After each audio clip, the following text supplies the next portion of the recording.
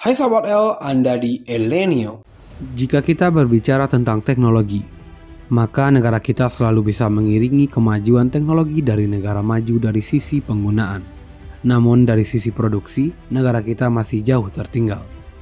Bukannya dari sisi pengembangan teknologi, dari sisi pemasaran dan penjualan, produk teknologi dalam negeri jauh kalah bersaing dengan produk asing yang membanjiri pasar negara kita. Mulai dari teknologi informasi, komunikasi, transportasi hingga medis dan peralatan rumah tangga seperti kulkas dan mesin cuci. Brand-brand lokal seperti Polytron dan Maspion masih kalah jauh dengan LG asal Korea dan Panasonic asal Jepang.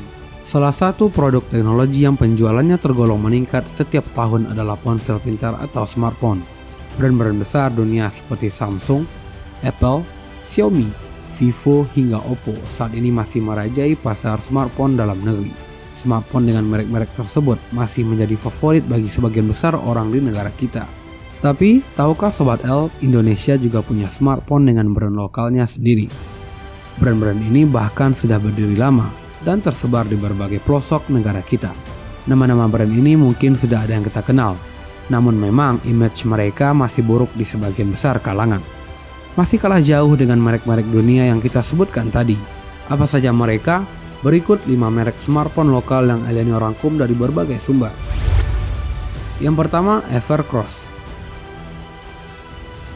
Berdiri sejak tahun 2008 di Jakarta, Evercross merupakan perusahaan elektronik dengan brand lokal asal negara kita. Berdiri dengan brand Cross Mobile Phone, perusahaan ini menggunakan nama Evercross sejak tahun 2013. PT Aries Indo Global adalah pemegang brand ini. Pada awalnya, produk Evercross dibuat di Cina. Namun pada tahun 2012, Kementerian Perdagangan mencatat Evercross terjual sekitar 1 juta sampai 1,5 juta unit per bulan. Dengan total penjualan di tahun 2012 adalah 16 juta unit. Melihat perkembangan yang cukup pesat, PT Aries Indo Global membangun pabrik baru di Semarang dan mengganti brand mereka dari Cross Mobile Phone menjadi Evercross dengan perencanaan besar merambah pasar Asia Tenggara. Pergantian nama saat itu disebabkan karena merek Cross sudah dipatenkan oleh produk lain di beberapa negara. Pabrik baru di Semarang dibangun di lahan seluas 8 hektar dan mampu memproduksi 600.000 ponsel per bulan.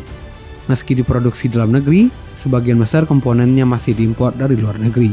Hingga tahun 2018, Evercross masih berada di 5 besar penjualan ponsel di Indonesia. Hingga akhirnya merek-merek besar asal Cina datang dan ikut masuk ke pasar mereka. Pada tahun 2020, Evercross mengalami permasalahan pengurusan email dan membuat mereka merumahkan sebagian karyawan.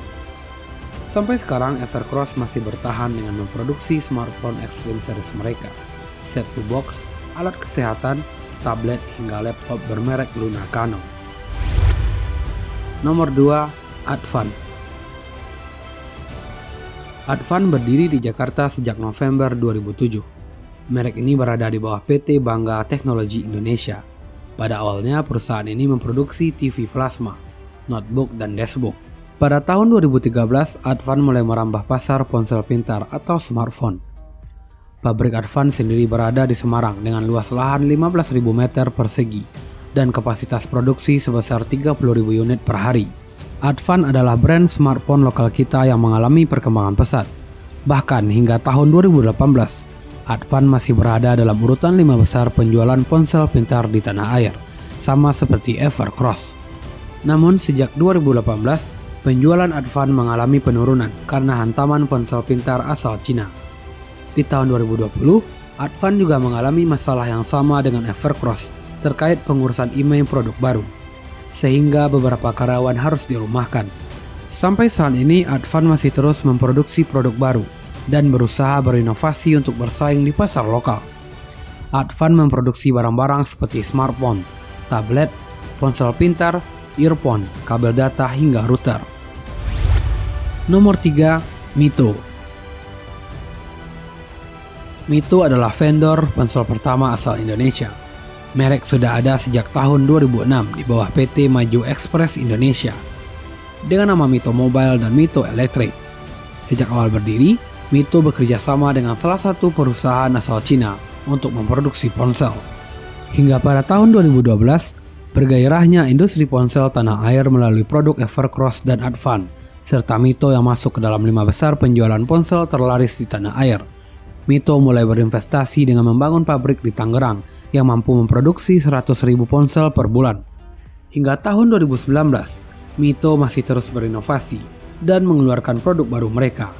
Bahkan Mito juga melebarkan sayap dengan memproduksi peralatan dapur demi terus bertahan di tengah kerasnya persaingan. Namun sejak pandemi datang, kabar dari perusahaan ini sudah sulit dicari. Nah, jika Sobat L tahu kabar terbaru dari produsen Mito ini, silahkan komen di bawah ya. Nomor 4, Polytron. Polytron adalah perusahaan elektronik asal Indonesia yang berdiri sejak 16 Mei 1975 di Kudus, Jawa Tengah, di bawah kekuasaan PT Indonesia Electronic and Engineering. Pada 1976, Polytron berada di bawah PT Hartono Istana Teknologi karena adanya perubahan di perusahaan induk di bawah Hartono bersaudara. Di bawah perusahaan ini ada banyak produk elektronik yang diproduksi seperti speaker, lemari es, TV, AC hingga mesin cuci. Selain itu juga ada jaringan Mola TV dan kepemilikan klub sepak bola Como di Italia di bawah Sense Entertainment yang berada di bawah perusahaan ini juga. Sejak tahun 2011, Polytron sudah mulai merambah dunia smartphone dan memulai produksinya di akhir tahun 2013.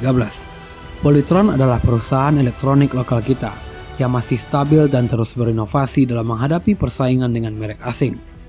Namun untuk produksi smartphone, Polytron terlihat tidak terlalu bergairah, apalagi saingan dari merek luar sangat kuat. Nomor 5, Zirek.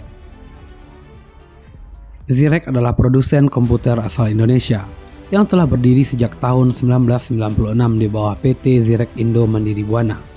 Perusahaan ini berpusat di Jakarta dan sejak dulu selalu berfokus di bidang produksi personal komputer atau PC, laptop, display, server, dan IoT. Ketika produksi ponsel pintar lokal tengah bergairah di tanah air di tahun 2013 sampai 2015, Zirek juga mencoba masuk ke dunia smartphone dan tablet. Namun Zirek tidak terlalu lama bermain di dunia ini. Di situs resminya, Zirek lebih fokus pada produksi laptop. Persaingan ketat smartphone asal Cina membuat banyak perusahaan lokal enggan untuk masuk lagi ke pasar smartphone lokal karena rendahnya minat masyarakat Indonesia pada smartphone karya anak bangsa.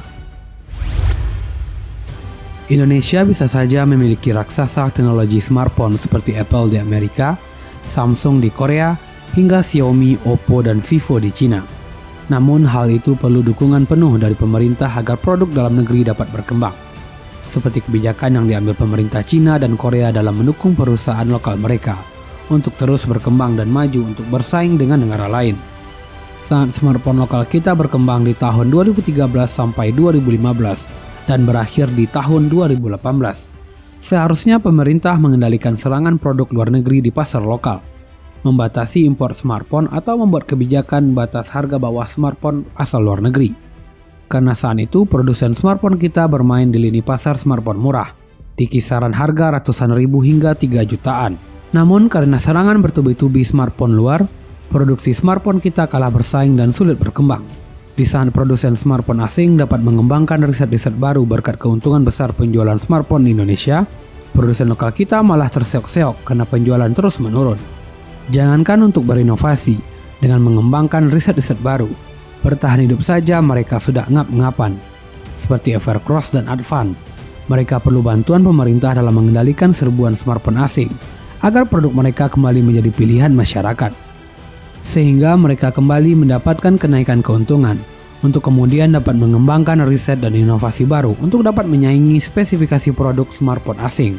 Jika tidak, maka lambat laun mereka mati di tanah mereka sendiri.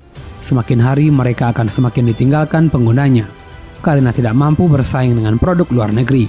Itulah ulasan kami tentang brand smartphone lokal Indonesia. Jangan lupa subscribe, komen, like, dan share video ini. Salam Elenio.